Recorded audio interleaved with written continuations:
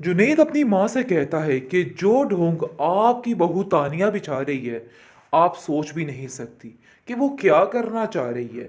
अगर आपको उसकी हकीकत का इल्म हो जाए कि वो आपके बारे में क्या क्या बातें करती है और किस तरह से वर्गलाने की कोशिश कर रही है सबको, तो फिर आपको समझ आएगी। खैर, अभी आपको इन चीज़ों का कोई भी अंदाज़ा नहीं है, लेकिन आप देखेंगे कि वो कहती है कि तुम सिर्फ और सिर्फ नयाब को बचाने के लिए ये सब कुछ कर रहे हो और तानिया को अंदर फंसा रहे हो। ये बात तो मैं बड़े अच्छे तरीके से जान चुकी हूँ कि तुम्हारा दिल बिल्कुल भी मुतमिन नहीं है मेरी तानिया के लिए, क्योंकि तुम उसको हमेशा गलत कहते हो और नायाब को ठीक कहते हो।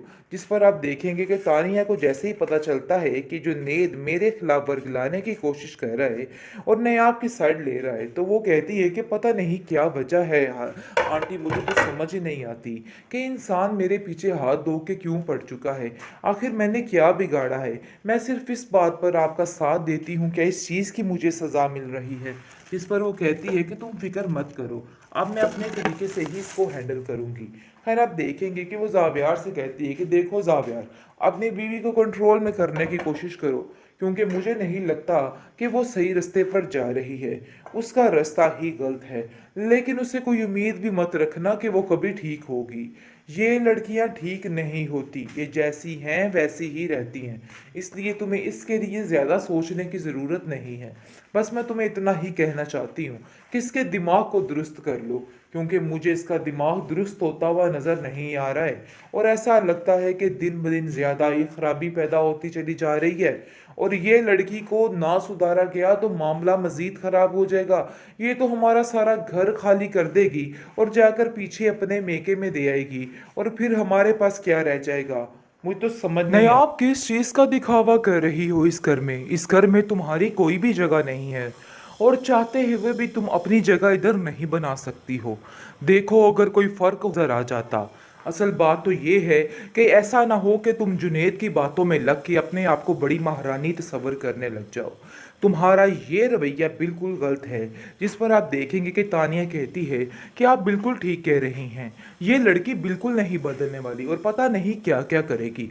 आप इसके हाथ से सारे इख्तियारात ले लीजिए, क्योंकि मुझे नहीं लगता कि कोई मामला ठीक है।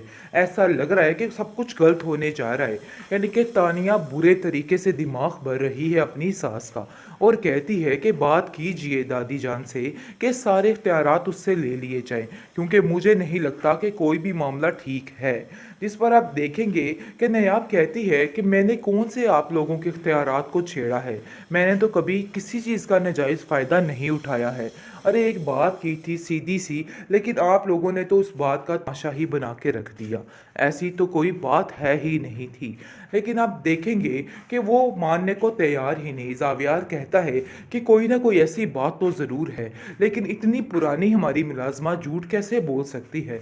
तुमने ज़रूर कुछ किया होगा। मुझे पहले दिन से ही शक था कि तुम ये हरकतें करोगी और देखो आज वही हुआ है।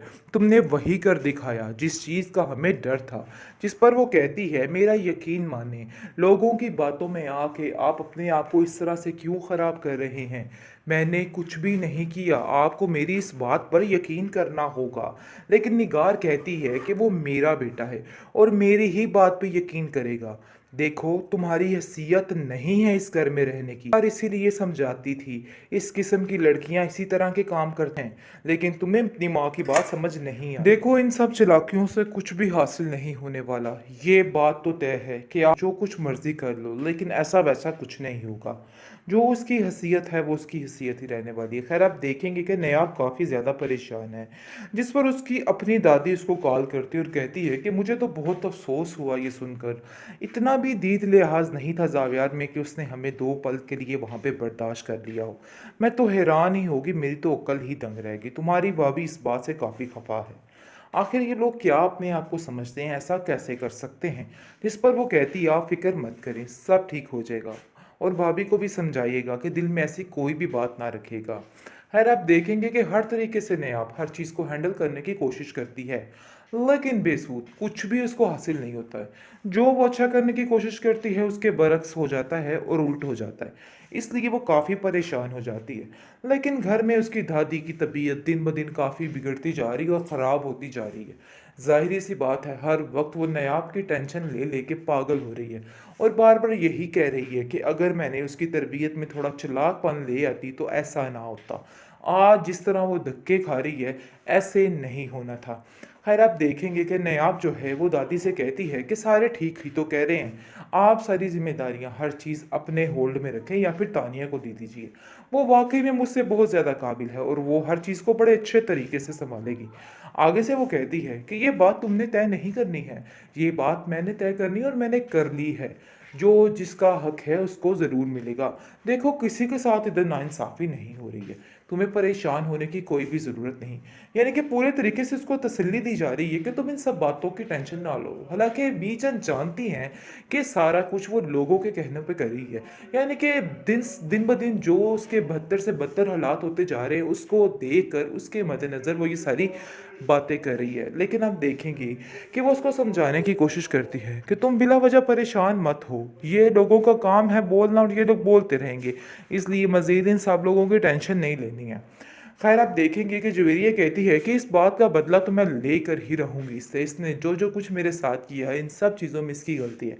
लेकिन जावेर कहता है कि एक बात मैं आपको बताता चलूं कि वो जो तुम्हारा रिश्ता ख़त्म हुआ था उसकी वजह ये बेचारी नायाब नहीं थी, बल्कि तुम खुद थी। आगे से आप देखेंगे कि वो अपने भाई से उलझ पड़ती है और कहती है कि आखिर आप भी उसकी ज़ुबान बोलने लग चुके हैं। ये बात तो तय है और ये बात हमें समझ आ रही है। लेकिन वो उसको समझाने की कोशिश करता है कि मुझसे खुद नायला आंटी की बात हुई है, उन्होंने मुझसे खुद सारी बात की है, इसलिए किसी पर बिला वजह तोहमत और इल्ज़ाम लगाने से बेहतर है कि अपनी ज़ुबान को बंद रखा जाए और मज़ीद इस तरह की कोई भी बात आइंदा से तुम नहीं करोगी। चाहे जो कुछ भी है उसका एक हक है इस घर में और तुम्हें ये बात समझनी होगी। आप लोग इस बात को समझने की तरफ नहीं जा रहे हैं। लेकिन जैसे ही उसका दिमाग अच्छे रास्ते पर, अच्छे ट्रैक पर चलता है, साथ ही तानिया और निगार कुछ ना कुछ ऐसा कर देती हैं कि सारा मामला उल्ट हो जाता है और कुछ समझ भी नहीं आती किसी को।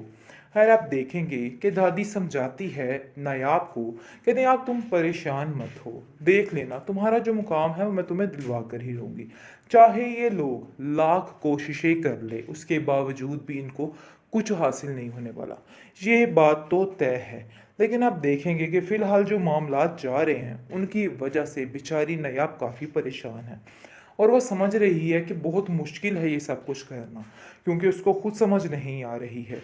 लेकिन वो इस चीज़ को लेके चलती है और सबकी बातों पे यकीन करती है। यानी कि जैसे जुनैद उसको अपनी बहनों की तरह ट्रीट करके उसका बता रहा है कि तुम्हें थोड़ी चालाकी और होशियारी दिखानी है और उसकी काफ़ी ज़्यादा हर चीज़ में मदद कर रहा है। ये बात उसके लिए काफ़ी ज़्यादा मददगार साबित हो रही है। लेकिन दूसरी तरफ दादी भी हर मुमकिन कोशिश कर रही है कि हर तरीके से इसको सेव किया जाए और इसको थोड़ा होशियार बनाने की कोशिश की जाए।